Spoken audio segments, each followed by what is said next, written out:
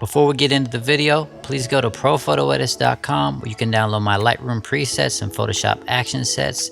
That way we can edit together. I upload a raw file for you guys on every videos every week. And in the description, I have a link to my self file where I have free videos for you guys. You can just download them and watch them using my action sets to edit portraits. All the images today were shot with the 50mm 1.2 RF on the EOS R. So stick around and I'll show you some of the raw files up close and we'll pixel peep. And I'll show you how I set this shot up with the roses in her hair, how I lit it and how I shot it, and we'll pixel peep some shots. So in today's video, we wanted to have some Valentine's Day fun. So I bought a bunch of fake rose petals, like 1,000. You had to break them apart right off of Amazon. It was like $8. And then I bought the roses with the stems that you can twist around them and manipulate. And those were like $12. So it's like $20 shoot. I had my makeup artist friend come over and I had Shelly come over, and I'll put their links in the description. And we shot this just in my studio floor. So as far as equipment rundown in the studio, I just like to keep things really simple. 48-inch parabolic softbox with a grid, that's a Celine's, and an 8600 Godox strobe. And of course I have a ring light on the side to just add a little light so I can focus a little bit better. The lighting's never going to change in this shoot. I wanted to shoot down a lot so I could make the petals look wider and the shots just look longer, since I didn't have enough petals to cover the entire floor. So the lighting's like at a 45-degree angle, firing down towards her hair just to give a little bit of a shadow underneath her nose. So when I start a session, I go through my bag and see which lens I think will work best for this. And today I chose the 50mm RF 1.2.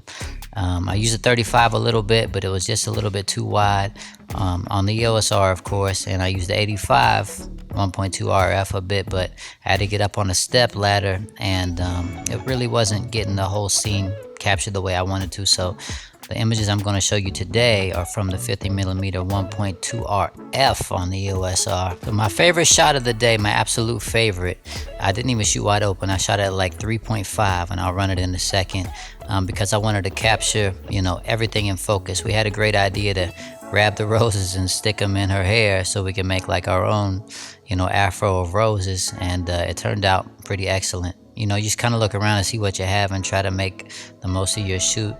So I'll show you this photo here in a second, but this is how we came up with it and how we orchestrated the whole thing, how we lit it, the lights up from the top again. And I shoot kind of underexposed so I can kind of eliminate hot spots to the best of my ability, and I fix them in Lightroom and Photoshop. Alright, so here's an image at 51.4. For some reason I put it on 1.4 instead of 1.2. No big deal. I edited this already for you guys in Photoshop. I fixed the skin with my Photoshop skin actions, and I brought out the eyes with my eye actions, but that's all in the pack. You can see how soft the background is though. I mean, it's only about 2 or 3 inches behind her, and it's already clear out of focus, which is beautiful at 1.4. I'll show you the actual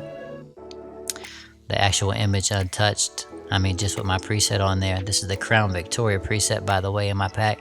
As it resolves, yeah, look, that's as big as I can get it with 31 megapixels on the EOS R. But the eyes are definitely in focus, nice and sharp. Skin is not going to give me too much problems to work with. Let's look at another image, 1.4. Let's go way in here and see. This is with the RF50.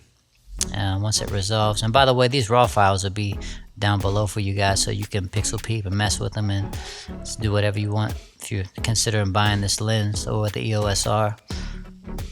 Just looks very, very excellent.